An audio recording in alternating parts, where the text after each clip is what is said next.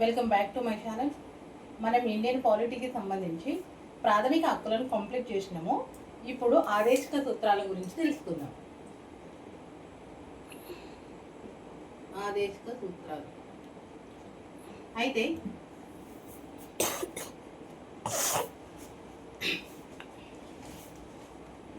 ఆదేశిక సూత్రాలు 4వ భాగము ఆర్టికల్ 36 నుండి 51 వరకు ఉన్నాయి.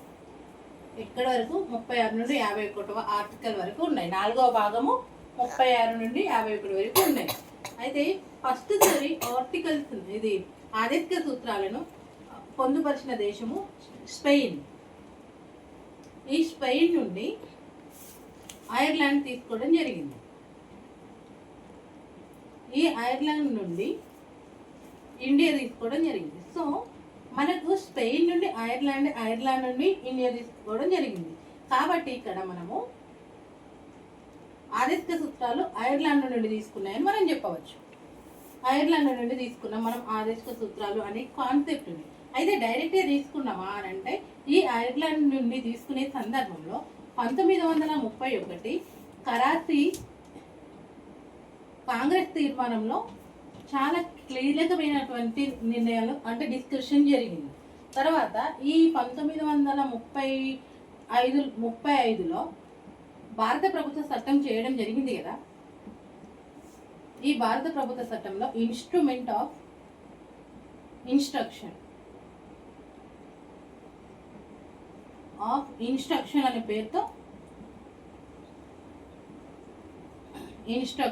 పేరుతో చెప్పడం జరిగింది అన్నమాట. ఇన్స్ట్రుమెంట్ ఆఫ్ ఇన్స్ట్రక్షన్ అనే పేరుతో చెప్పడం జరిగింది. సరే, ఈ ఇన్స్ట్రుమెంట్స్ ఆఫ్ ఇన్స్ట్రక్షన్ నుండి భారత రాజ్యాంగంలోకి తీసుకోవడం జరిగింది. అంటే ఆదేశిక సూత్రాలను మనం ఐర్లాండ్ నుండి తీసుకున్నప్పటికీ కూడా 1931 కరేజ్ కాంగ్రెస్ సమావేశంలో డిస్కషన్ చేసి వీటిని భారత ప్రభుత్వ చట్టము 1935లో ఇన్స్ట్రుమెంట్స్ ఆఫ్ ఇన్స్ట్రక్షన్గా చెప్పడం జరిగిందనమాట. సో దాని నుండి మనము భారత రాజ్యాంగంలోకి తీసుకోవడం జరిగింది. అయితే ఇప్పుడు ఆదేశిక సూత్రాలను తీసుకోవడానికి ఉపయోగపడిన 2 కమిటీల గురించి తెలుస్తుంది. ఏం కమిటీలు అంటే నెహ్రూ రిపోర్ట్ తెలుసు కదా, 1928 అండ్ సప్రూ రిపోర్ట్ 1945. ఈ 2 రిపోర్ట్ల ఆధారంగా అంటే ఇందులో కొన్ని ఆదేశిక సూత్రాలను పొందుపరిచి వీటిలో నుండి కొన్ని అండ్ ఐర్లాండ్ నుండి మొత్తం తీసుకొని ఆదేశిక సూత్రాలను రూపొందించడం జరిగింది. అయితే ఒకసారి చూద్దాము. ఆదేశిక సూత్రాలు మనము 36 నుండి 51 వరకు ఉన్నాయని చెప్పేసి అన్నాం కదా. 4వ భాగము చాలా చాలా ఇంపార్టెంట్. ఇది ఆదేశిక సూత్రాలకు సంబంధించి 4వ భాగము 36 నుండి 51వ ఆర్టికల్ వరకు ఉండడాన్ని మనం గమనించవచ్చు. అయితే ఇప్పుడు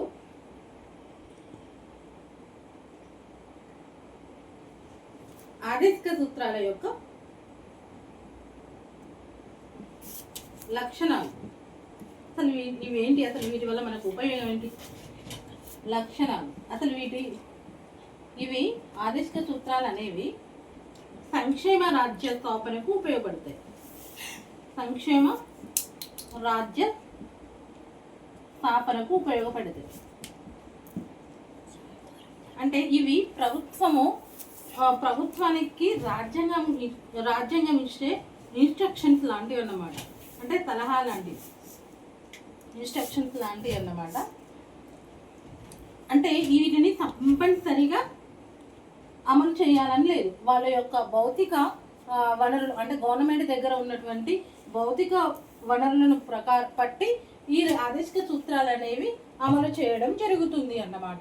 అయితే ఇంకొకటి ఏంటి అంటే ఆదేశిక సూత్రాలకు సంబంధించి చాలా ముఖ్యమైన అంశము ఆర్టికల్ 39B, ఆర్టికల్ 39C అనేవి ప్రాథమిక హక్కులలోని 14, 19 ఆర్టికల్ కన్నా ఉన్నతమైనవి. Article 39B and article 39C అనేవి ఆర్టికల్ 14 ప్రాథమిక హక్కుల్లోని ఆర్టికల్ 14, 19ల కన్నా చాలా ఉన్నతమైనవిగా మనము చెప్పవచ్చు అన్నమాట. సరే, వీటికి సంబంధించి ఆర్టికల్ 36 నుండి 35 వరకు అని చెప్పేసి అనుకున్నాం కదా. ఆర్టికల్ 36 ఏం తెలియజేస్తుంది అంటే ఇది 4వ భాగంలో ఉంది కదా. ఆ 4వ భాగము 36 నుండి 51 వరకు ఆదేశిక సూత్రాలు గురించి చెప్పడం జరుగుతుంది అన్నమాట. అదే అయితే 30వ ఆర్టికల్ ఏం తెలియజేస్తుంది అంటే రాజ్యం యొక్క నిర్వచనాన్ని తెలియజేస్తుంది. మనము ప్రాథమిక హక్కులకు సంబంధించి 12వ ఆర్టికల్ గురించి చదివినాం. 12వ ఆర్టికల్ ఏం తెలియజేస్తుంది? రాజ్యం యొక్క నిర్వచనాన్ని గురించి తెలియజేస్తుంది. సో ఇక్కడ కూడా రాజ్యం యొక్క నిర్వచనాన్ని 36వ ఆర్టికల్ తెలియజేస్తుంది అన్నమాట. ఈ 36వ ఆర్టికల్లో రాజ్యం అంటే ఏంటి అంటే కేంద్ర ప్రభుత్వము, రాష్ట్ర ప్రభుత్వం అండ్ పార్లమెంట్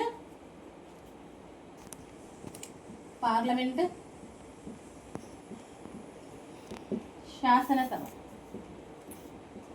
అండ్ స్థానిక ప్రభుత్వాలు.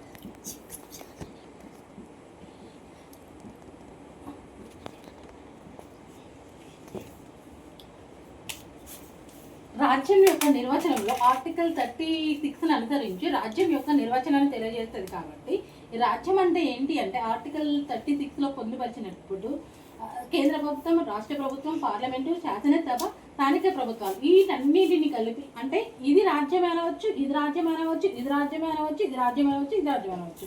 ఆర్టికల్ 36 అనుసరించి. ఆర్టికల్ 37 ఏంటి అంటే ఇప్పుడు ఆదేశిక సూత్రాలు అమలు కావట్లేవని కోర్టులకు వెళ్ళరాదన్నమాట. ఆదేశిక సూత్రాలు అమలు కావట్లేవు అని చెప్పేసి కోర్టుకు వెళ్ళడానికి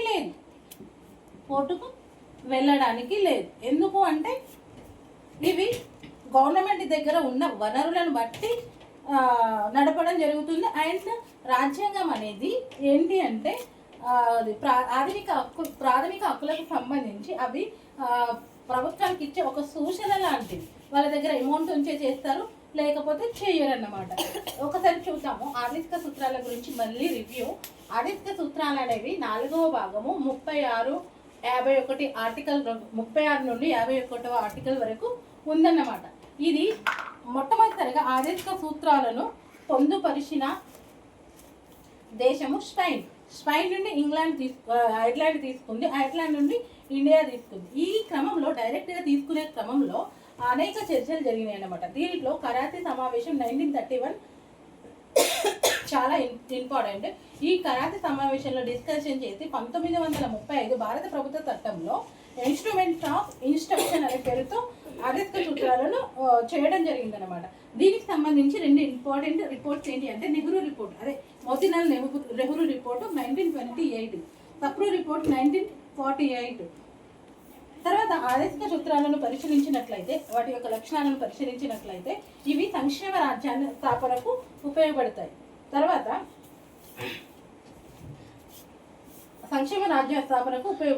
తర్వాత ఆర్టికల్ 39B 39Cకి సంబంధించి 39B అండ్ 39Cకి సంబంధించి ప్రాథమిక హక్కులలోని ఆర్టికల్ 14, 19 కన్నా ఉన్నతమైనవి. అండ్ ఇవి సలహాలు మాత్రమే, ఖచ్చితంగా ఇవి ప్రభుత్వం అమలు చేయాల్సిన అవసరం లేదు. వాళ్ళ దగ్గర ఉండే నిధులను బట్టి అమలు చేస్తారన్నమాట.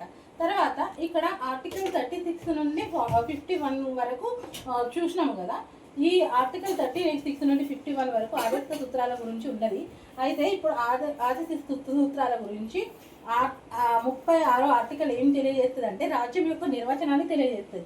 రాజ్యం అంటే ఏంటి? కేంద్ర ప్రభుత్వము, రాష్ట్ర ప్రభుత్వము, పార్లమెంటు, శాసనసభ, స్థానిక ప్రభుత్వాలు.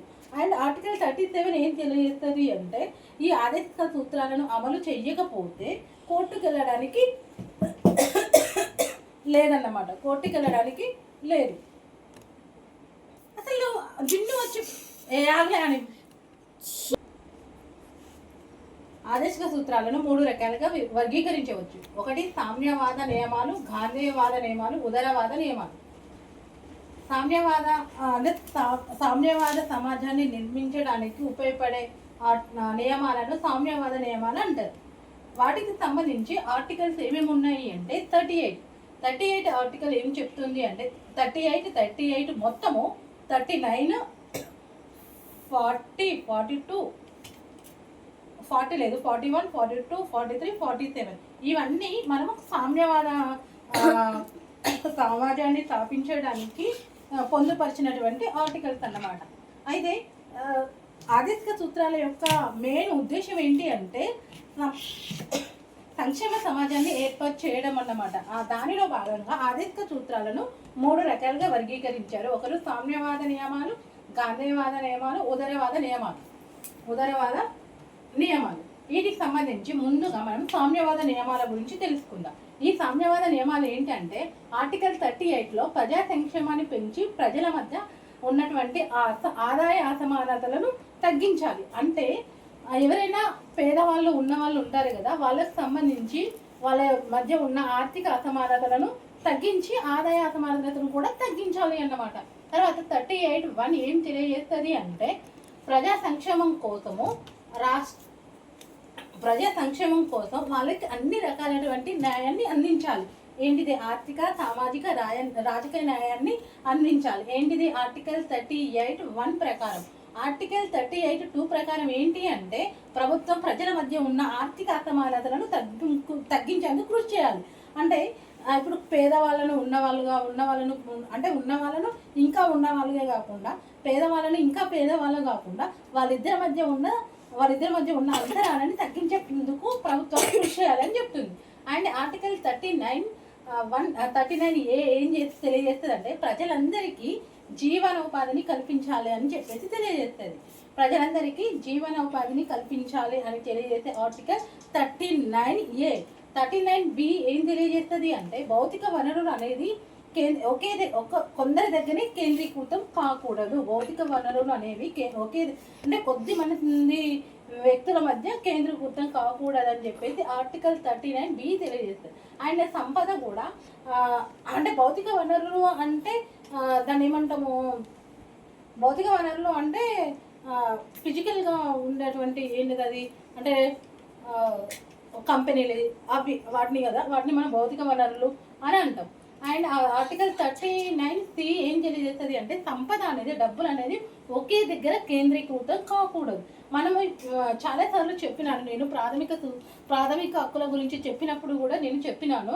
ఆర్టికల్ 39(b), ఆర్టికల్ 39(c) అనేది ప్రాథమిక హక్కులలోని ఆర్టికల్ 14 అండ్ ఆర్టికల్ 19 కన్నా ఉన్నతమైనవి. ఎందుకు అంటే వీటిని అమలు చేసే ప్రయత్నంలో ఆ ప్రాథమిక హక్కులు ఏవైతే ఉన్నాయో 14, 19 ఏవైతే ఉన్నాయో అవి అమలు కావట్లేదని మనం కోర్టుకి వెళ్ళడానికి వీళ్ళు అంత పవర్ఫుల్ అన్నమాట ఇది. తర్వాత ఆర్టికల్ D, అసలు ఆర్టికల్ 39(d) ఏం తెలియజేస్తుంది అంటే ఇది చాలా ఇంపార్టెంట్. నాకు తెలిసి నేను ఇప్పటికీ చూస్తూ ఉంటాను గ్రామాల్లో, అంటే మాది విలేజే కాబట్టి ఏంటి అంటే ఆర్టికల్ 39(d) ఏంటంటే ఇప్పుడు మనం ఒక పనికి స్త్రీలు పురుషులు వెళ్ళినప్పుడు పురుషులకు ఎక్కువ, స్త్రీలకు తక్కువ కూలీ ఇవ్వడం ఉంటుందన్నమాట. సో అలా కాకుండా ఆర్టికల్ 39(b) ఏం తెలియజేస్తుంది అంటే స్త్రీ పురుషులకు సమాన పనికి సమాన వేతనం ఇవ్వాలి. అదే పనికి వెళ్ళినప్పటికీ కూడా వాళ్ళిద్దరి మధ్య కూలీ రేట్లలో వ్యత్యాసం అనేది స్పష్టంగా కనబడుతుంది ఇప్పటికీ గ్రామాలలో. అండ్ ఆర్టికల్ 39(e) ఏం తెలియజేస్తుంది అంటే కార్మికుల ఆరోగ్యాన్ని పట్టించుకునే బాధ్యత ప్రభుత్వాలకే ఉందని చెప్పేసి తెలియజేస్తుంది. అండ్ ఆర్టికల్ 39(f) ఏం తెలియజేస్తుంది అంటే ఆరోగ్య అభివృద్ధికి అవకాశాలు అనేది కల్పించాలి. దీనిలో భాగంగా మనం అనేక రకాలైనటువంటి అనేక రకాలైనటువంటి హెల్త్ స్కీమ్స్ ఉంటాయి కదా. మెయిన్గా నాకు తెలిసి ఇది ఆరోగ్యశ్రీ ఉంది కదా, ఆరోగ్యశ్రీ ఎంప్లాయీస్కి సంబంధించి EHS ఇవి దీనిలో భాగంగా వచ్చినాయి.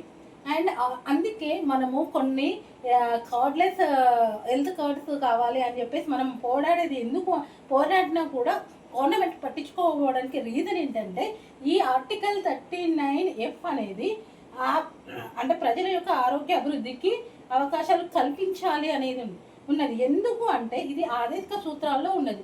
ఆదేశిక సూత్రాలను ఖచ్చితంగా అమలు చేయాల్సిన అవసరం లేదు. ఎందుకు అంటే వాళ్ళ దగ్గర ఉన్నటువంటి భౌతిక వనరులను బట్టి అది అమలు చేస్తుంది. కాబట్టి వాళ్ళ దగ్గర డబ్బులు ఉండవు, వాళ్ళు అమలు చేయరు. మనం ఎంత పోట్లాడినా చేసినా కూడా ఇది అమలు చేయకపోవడానికి మెయిన్ రీజన్ ఏంటంటే వీటికి అంటే మనకి ఇది అమలు చేస్తలేదు అని చెప్పేసి న్యాయస్థానానికి వెళ్ళడానికి వీలేదు కాబట్టి గవర్నమెంట్ మనకు అమలు చేయడంలో నిర్లక్ష్యం చూపుతున్నాయి.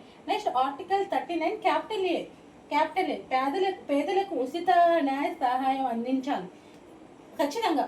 ఎందుకు అంటే ఇప్పుడు న్యాయం అనేది చాలా కాస్ట్లీ. నేను గ్రూప్ 1 ఆస్పిరెంట్గా చెప్తున్నాను. న్యాయం అనేది చాలా చాలా కాస్ట్లీ.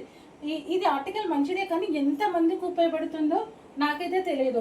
పేదలకు ఉచిత న్యాయ సలహా చేయడం అనేది చాలా మంచి విషయము. ఎందుకంటే ఇది వీటి మీద అవేర్నెస్ అనేది కల్పించాల్సిన విషయము. కానీ ఇది ఎప్పుడు ఆర్టికల్ 39 క్యాపిటల్ ఏ అనేది 42వ రాజ్యాంగ సవరణ 1976లో చేయడం జరిగిందన్నమాట. తర్వాత ఆర్టికల్ 41కు సంబంధించి అందరికీ పని హక్కును కల్పించాలి. దీనిలో భాగంగానే నాకు తెలిసి 100 రోజుల పని ఉంది కదా, సో ఆ 100 రోజుల పని అనేది దీనిలో భాగంగానే చేయడం జరుగుతుంది అన్నమాట.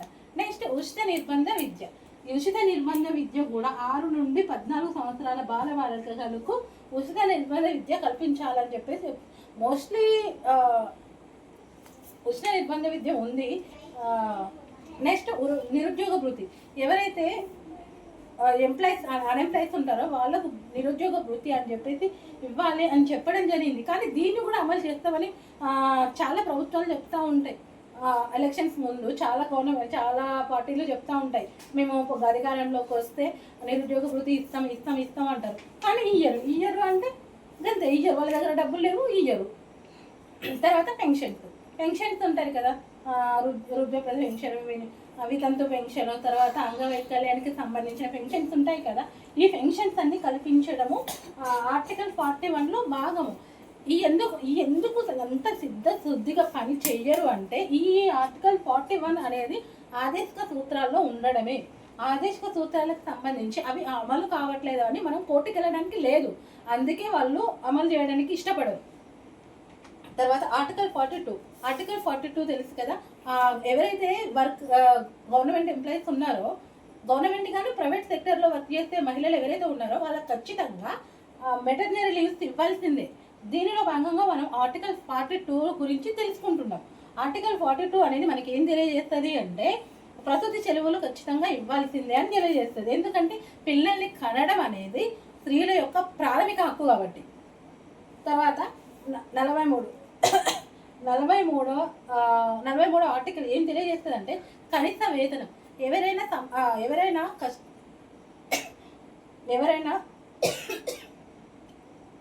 ఎవరైనా ఒక రోజు పని చేసినప్పుడు ఆ రోజు పడే కూలికి అంటే ఆ రోజు సంపాదించే కనిష్ట రూపాయిని కనీస వేతనం అంటారు. అంటే వాళ్ళకు ఆ రోజు ఖర్చులకు కన్నా ఎక్కువ ఉండాలన్నమాట, కనీస వేతనం ఇవ్వాలి, అంతేగా కనీస వేతనం ఇవ్వాలి. అండ్ ఆర్టికల్ 47 ఏం తెలియజేస్తుంది అంటే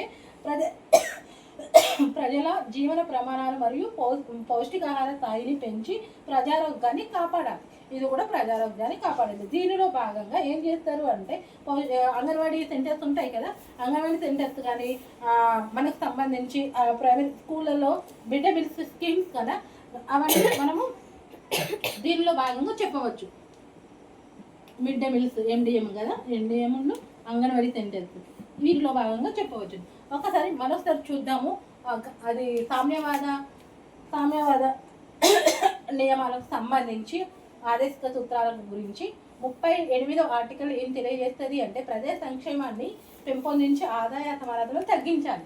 38(1) ఏం తెలియజేస్తుంది అంటే ప్రభుత్వాలు ఏదైతే ఉన్నాయో ప్రజా సంక్షేమ కార్యక్రమాల నిర్వహణకు అంటే అలా నిర్వహించడం వల్ల వాళ్లకు సామాజిక ఆర్థిక న్యాయాన్ని అందించడంలో కృషి చేయాలి. తర్వాత ఆర్టికల్ 38(2) ఏం తెలియజేస్తుంది అంటే ప్రజల మధ్య ఆర్థిక అసమానతలను తగ్గించేందుకు ప్రభుత్వాలు కృషి చేయాలి. కృషి చేయాలంటే ఏం చేయాలి? వాళ్ళకు ఖచ్చితంగా పనిని చూపించాలి, నిరుద్యోగ వృత్తిని చూపించాలి, వాళ్ళకి కనీస అవసరాలను కల్పించాలి. అంటే ఒక మనిషి సగటు మనిషి జీవించడానికి కావాల్సిన కనీస అవసరాలను కల్పించాల్సిన బాధ్యత గవర్నమెంట్ పైనే ఉంటుంది. అండ్ జీవనోపాధి ఖచ్చితంగా గవర్నమెంట్స్ అనేవి జీవనోపాధిని కలిగించాలి ప్రజలందరికీ. తర్వాత భౌతిక వనరులు అనేది ఒకే దగ్గర కేంద్రీకృతం కాకూడదు. అంటే ఈ చెరువు వీళ్ళకి, ఈ పెట్రోల్ బావి వీళ్ళకి, ఈ చెరువుల బావి వీళ్ళకి అని అట్లా ఉండడం వల్ల ఏమవుతుందంటే ఉన్నవాళ్ళలాగానే మారిపోతూ ఉంటారు, పేదవాళ్ళు పేదలాగానే మారుతూ ఉంటారు. దీనిలో భాగంగానే మనకు ఆస్తుల జాతీయం అనే కాన్సెప్ట్ని మనం తెలుసుకుంటాం అన్నమాట. అండ్ సంపద కూడా ఒకే దగ్గర కొద్దిమంది చేతుల్లోనే కేంద్రీకృతం కాకూడదన్నమాట. అండ్ ఆర్టికల్ 39D సంబంధించి స్త్రీ పురుషులు ఏదైనా సరే సమాన పనికి సమాన వేతనాన్ని కల్పించాలన్నమాట. తర్వాత ఆర్టికల్ 39E కార్మికుల యొక్క ఆరోగ్యం అనేది ప్రభుత్వం బాధ్యత. తర్వాత ఆర్టికల్ 39F అనేది ఆరోగ్య అభివృద్ధికి అవకాశాలను కల్పించాల్సిన అవసరం ఉంది. ఆర్టికల్ 39A పేదలకు ఉచిత న్యాయ సహాయం ఇవ్వాల్సిన బాధ్యత ప్రభుత్వానే ఉంది. దీన్ని మనం 42వ రాజ్యాంగ సవరణ 1976లో చేర్చడం జరిగిందన్నమాట. అండ్ 41వ ఆర్టికల్ అందరికీ పని హక్కులు కల్పించాలి. దీనిలో భాగంగా నాకు తెలిసి ఇది మహాత్మా గాంధీ అదే 100 రోజుల పని అంటాం కదా, ఇప్పుడు 120 రోజులు కదా, ఇప్పుడు అంటే రీసెంట్గా 120 రోజులు కదా. ఈ 100 రోజులు అప్పుడైతే మనం 100 రోజుల పని అనేవాళ్ళం, ఇప్పుడు 120 రోజుల పని. అంటే తన ఏంది మహాత్మా గాంధీ ఉపాధి హామీ పథకం కదా, అది దీనిలో భాగంగా తీసుకొచ్చింది. అండ్ ఉచిత విద్యను కల్పించడం అనేది ప్రభుత్వం యొక్క బాధ్యత. నిరుద్యోగ భృతి కూడా ఇవ్వాలి. ఎందుకంటే జాబ్స్ ఇవ్వనప్పుడు ఖచ్చితంగా నిరుద్యోగ భృతి ఇవ్వాలి. ఎందుకు అంటే పని హక్కు కల్పించడం ప్రభుత్వం యొక్క బాధ్యత కాబట్టి. అండ్ పెన్షన్స్ ఇవ్వాలి. పెన్షన్స్ మాత్రం కంపల్సరీ ఇవ్వాలి, ఎవరికి ఇచ్చినా ఇవ్వకపోయినా. అంటే ఒక ఫిమేల్ హస్బెండ్ చనిపోతే తను ఒంటరిగా బతకలేదు. అండ్ ఎవరైతే ఉన్నారో వాళ్ళకు కూడా పెన్షన్ ఎక్కువ ఇవ్వాల్సిన బాధ్యత ఉంది. ఎందుకంటే వాళ్ళు లైఫ్ మొత్తము వాళ్ళ పిల్లల్ని పెంచడానికి అవుతుంది. కొందరు చూసుకుంటారు, కొందరు చూసుకోరు. కాబట్టి వాళ్ళకి పెన్షన్ ఉంటే కొంచెం ఆసర అవుతుంది, అంతే, అంతకుమించి మరేం లేదు. తర్వాత ఇది చాలా చాలా ఇంపార్టెంట్. ఎందుకంటే దీనివల్ల ఏమవుతుంది అంటే స్త్రీలకు ప్రసూతి చెరువులు ఇవ్వడం వల్ల స్త్రీలు ఇంకా ఎక్కువ పని భాగస్వామ్యాన్ని కలిగి ఉండే అవకాశం ఉంటుంది. అంటే ఉద్యోగాల్లో కానీ వ్యాపారాల్లో కానీ రాణించే అవకాశం ఉంటుంది అన్నమాట మెటర్నిటీ లీవ్ తీస్తే. తర్వాత ఆర్టికల్ 43 ఏం తెలియజేస్తుంది అంటే కనీస వేతనం అనేది ఇవ్వాలి. ఆర్టికల్ 47 ప్రజల జీవన ప్రమాణం పౌష్టికాహారాన్ని పెంచి ప్రజారోగ్యాన్ని కాపాడడం ప్రభుత్వం యొక్క బాధ్యత అని తెలియజేస్తుంది. నెక్స్ట్ గాంధేయవాద నియమాల గురించి నెక్స్ట్ క్లాస్లో తెలుసుకుందాం.